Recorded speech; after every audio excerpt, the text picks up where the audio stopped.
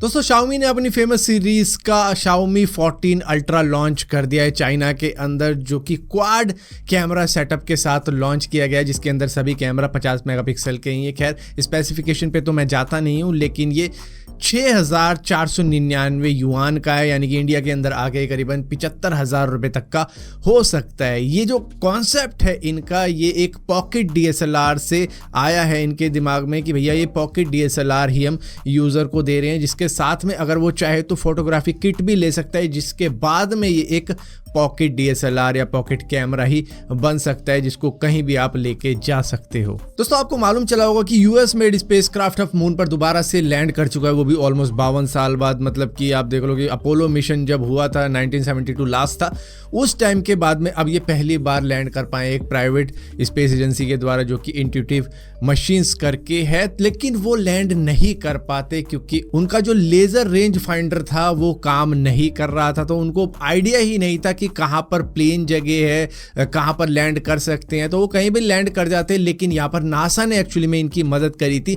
Safely land करवाने के लिए। नासा ने एक सिंपल एक्सपेरिमेंट किया स्प्लाइस नाम का, जिससे कि वो कंप्यूटर कैमरा और 3D मैपिंग करके एक आसपास की टेरिटरी को देख रहे थे कि भाई कौन सी जगह लैंड करने लायक है, कौन सी नहीं। उसके बाद में वो सॉफ्टवेयर कोड इसके अंदर अपलोड कर दिया गया है, जो कि ओडेसियस ये स्पेसक्राफ्ट था, इसके अंदर लोड करने के बाद में फिर ये सेफली लैंड कर पाया, वरना ये मिशन फेल ही होता इनका 52 साल के बाद भी। दोस्तों मार्क ज़करबर्ग के ऊपर 12 डजन से ज्यादा केसेस चल रहे हैं यूएस के अलग अलग स्टेट के अंदर। ये कहा जा रहा है वहां पर कि भैया मार्क ज़करबर्ग ने बच्चों को बिगाड़ रखा है, वहां पर एडिक्शन फैल रहा है, अनसेफ है बच्चे फेसबुक के ऊपर, इंस्टाग्राम के ऊपर। लेकिन यहाँ पर मार्क ज़करबर्ग ने एक बात सभी को क्लियर कर दी है कि भाई कोई इंडिविजुअल दोषी नहीं हो सकता किसी और की पर्सनल चॉइस के लिए या फिर उत्तरदायित्व के लिए, कि मतलब कोई लायबल है कि भाई मैं ये कर रहा हूं तो मैं कर रहा हूं, लेकिन उसके लिए दूसरा कोई जिम्मेदार कैसे हो सकता है। तो ये बात मार्क ज़करबर्ग ने सामने रख दी है कि भैया इंस्टाग्राम आप यूज़ करते हो,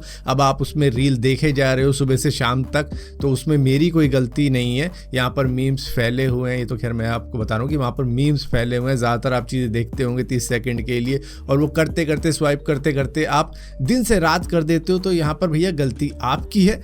आपको इंस्टाग्राम को अनइंस्टॉल कर देना चाहिए, आपको फेसबुक को अनइंस्टॉल कर देना चाहिए अगर आप उनके एडिक्शन के चक्करों में पड़ चुके हो। ज़्यादातर बच्चे इन चक्करों में पड़ चुके हैं, एक्चुअली में टाइम वेस्ट कर रहे हैं अपना, जिसके लिए अब यहाँ पर मार्क ज़करबर्ग को दोषी ठहराया जा रहा है। भाई वो तो बिजनेसमैन है, वो जो कर रहा है अपने फ़ायदे के लिए कर रहा है, और जो हो रहा है वो आप देख ही रहे हो कितना अमीर होता जा रहा है। मतलब चौथा सबसे अमीर आदमी शायद अब दुनिया का। दोस्तों इंडियन गवर्नमेंट ने गूगल को नोटिस भेज दिया है, क्योंकि इनका जो AI है, जिसको पहले बार्ड बोलते थे, अब वो जिमनी हो चुका है, मतलब एक नया अपग्रेड हो चुका है कुछ उसके अंदर।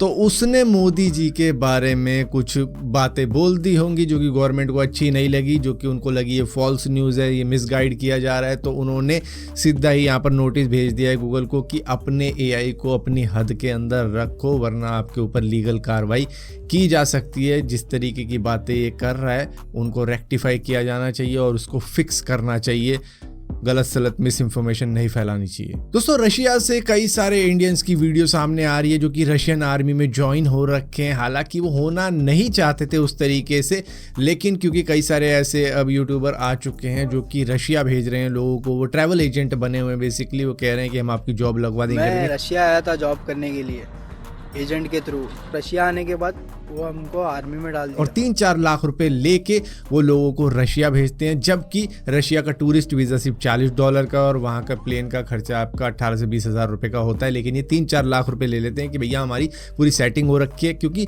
अभी क्या हो रखा है ना, रशिया ने कह रखा है कि हम फॉरेनर्स को भी अपनी आर्मी में ज्वाइन कर रहे हैं, क्योंकि उनको मैन पावर की ज़रूरत है, वो यूक्रेन से लड़ना चाहते हैं। तो इसकी वजह से उनकी फोर्स में वो और ज़्यादा लोगों को भर्ती कराना चाहते हैं, तो वो फॉरेनर को भी अलाउड कर रहे हैं। अब यहाँ पर इसी चीज़ का फ़ायदा उठा के कई सारे यूट्यूबर लोगों को भेज रहे हैं रशिया। वहाँ पर के ब्लॉक की तरफ से हम लोग रशिया आए थे, हम लोग के साथ फ्रॉड हुआ है, उनको रशियन आर्मी में ज्वाइन करवा रहे हैं, ये कह के कि आपको सिर्फ सिक्योरिटी वर्कर के तौर पर रखा जाएगा, आपको कहीं पर सिक्योरिटी गार्ड लगा दिया जाएगा, कहीं पर देखभाल के लिए लगा दिया जाएगा, मतलब आपको यूक्रेन के युद्ध में नहीं भेजा जाएगा। लेकिन एक्चुअली में हो क्या रहा है कि इन एक्सपीरियंस बंदों को भी यूक्रेन युद्ध में भेजा जा रहा है, सिर्फ 2-3 महीने की ट्रेनिंग देके कि इतनी काफ़ी है तुम्हारे लिए, जाओ अब यूक्रेन युद्ध में जाओ। तो इस तरीके की सिचुएशन हो रही है जहां पर अब इंडियन एम्बेसी से वो हेल्प मांग रहे हैं काफी ज्यादा, मतलब फेस वेस ब्लर करके वीडियो लीक करी है उन्होंने कि भैया ताकि हमारी लोकेशन पता ना लग जाए, लेकिन वो हेल्प मांग रहे हैं कि भैया इस तरीके की जो चीजें चल रही हैं उसको रोका जाना चाहिए पैसों के नाम पे, क्योंकि यहाँ पर लालच दे दी जाती है कि भैया तुम्हें इतने रुपए मिलेंगे,